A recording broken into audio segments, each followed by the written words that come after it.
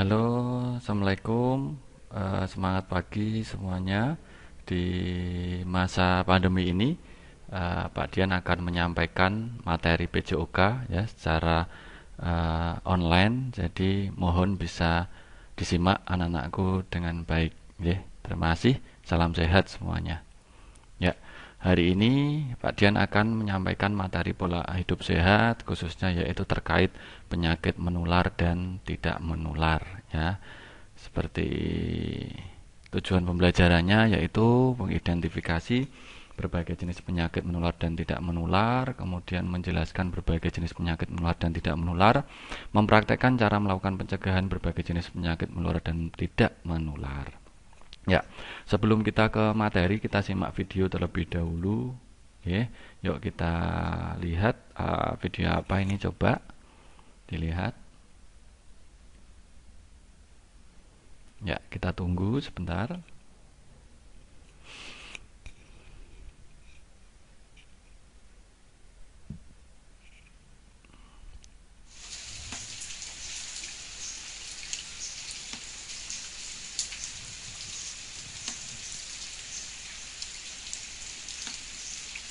Kita ulangi sekali lagi.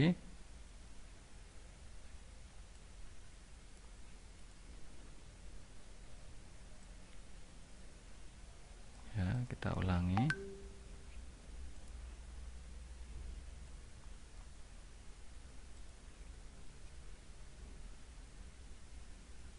Bentar ya.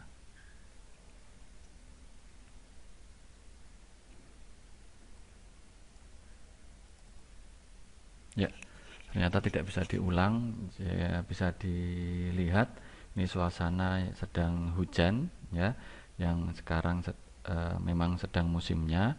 Jadi setiap hari hujan banyak sekali genangan air di mana-mana, di lapangan, di belakang rumah, di depan rumah dan lain sebagainya.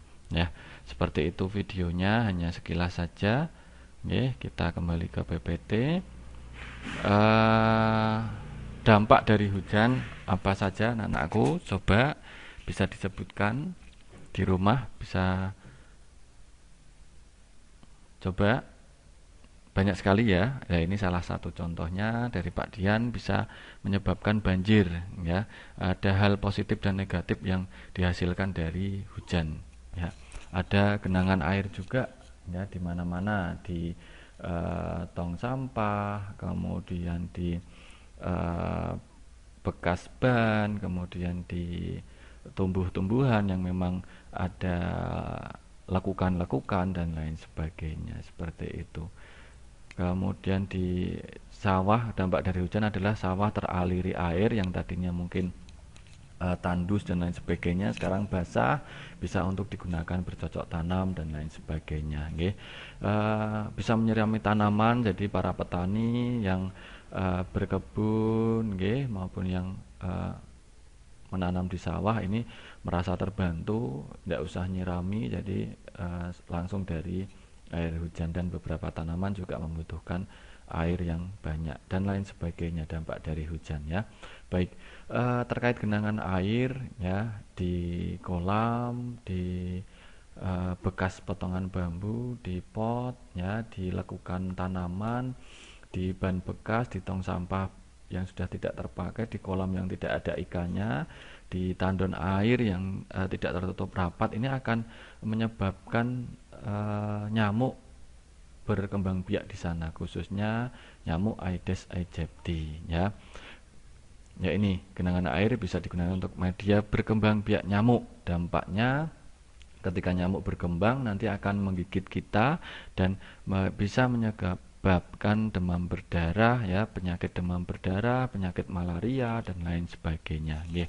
Terkait DBD tadi ya, DBD adalah suatu penyakit demam berdarah yang disebabkan oleh salah satu dari 4 virus dengue.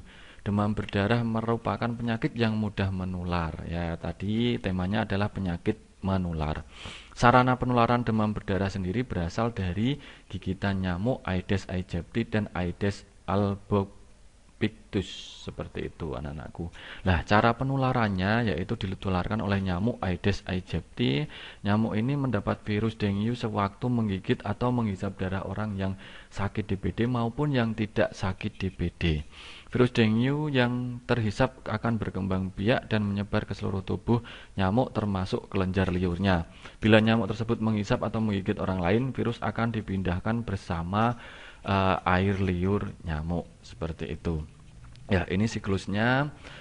Nyamuk dewasa nggih bertelur di genangan air tadi. Contoh-contohnya ada bekas ban, bekas tanaman, lekukan tanaman dan lain sebagainya. Setelah telur ini akan menjadi jentik-jentik, ya. Jentik akan menjadi pupa atau kepompong dan nantinya akan menjadi nyamuk yang bisa terbang kemudian menggigit kita, ya, seperti itu. Ya, pencegahannya penyakit menular demam berdarah ini dengan ada 3, yaitu kimia, mekanik, dan biologis. Nah, terkait biologis ini yang bisa menekan penyebaran nyamuk yaitu predator, ikan. Jadi ikan ini adalah pemangsa jentik nyamuk. Jadi ketika ada genangan, ketika di sawah dan lain sebagainya, ikan akan memangsa jentik nyamuk tersebut sehingga nyamuk tidak bisa berkembang biak. Insektisida adalah obat-obatan yang bisa membuat nyamuk tidak bisa berkembang di air. Kemudian memanfaatkan tanaman pengusir nyamuk. Ini juga secara biologis bisa menekan pertumbuhan atau perkembangbiakan nyamuk. Yang kedua, secara kimia. Ya, secara kimia bisa disemprot, ya, obat nyamuk bakar, terus kemudian penaburan bubuk abate di kolam dan lain sebagainya sehingga nyamuk tidak bisa berkembang biak. Yang ketiga adalah secara mekanis. Nah, mekanis ini akan saya jabarkan di slide selanjutnya. Ya, secara mekanis yaitu dengan cara menguras bak mandi 3M, ya, tidak menjaga jarak, memakai masker tidak. Ini karena terkait penyakit menular DBD. Jadi 3M-nya yaitu menguras bak mandi, ya, drum atau kolam paling tidak seminggu sekali sehingga nyamuk tidak bisa berkembang. Kemudian menutup rapat-rapat tempat penampungan air, ya, semacam tempayan, drum agar nyamuk tidak masuk dan berkembang. Kemudian mengubur barang-barang bekas yang dapat menampung air hujan, seperti itu. Jadi tidak dibiarkan di kebun, di belakang rumah dan lain sebagainya sehingga bisa menyebabkan genangan air sehingga setelah genangan air itu digunakan untuk nyamuk untuk berkembang biak. Maka dari itu barang-barang bekas yang sudah tidak terpakai diharapkan untuk dikubur, ya.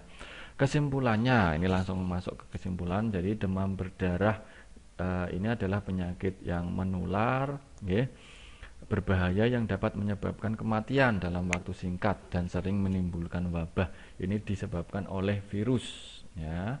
Kemudian lewat nyamuk, ya, lewat nyamuk. Biasanya berkembang biak di pemukiman, ya, pemukiman yang memang banyak genangan airnya. Nah, di pemukiman ini salah satu pencegahannya yaitu dengan biologi tadi, fogging dan lain sebagainya. Mohon maaf, biologi dengan ikan, ya, yang memangsa jentik nyamuk dan lain sebagainya, kimia dengan fogging dan lain sebagainya, mekanik dengan menutup rapat-rapat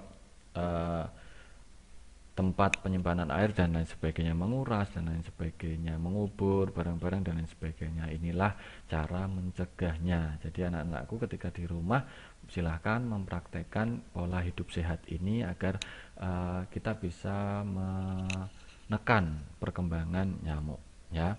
Tugas minggu ini yaitu kalian menyimak materi YouTube-nya Pak Dian ini, kemudian absen, ya.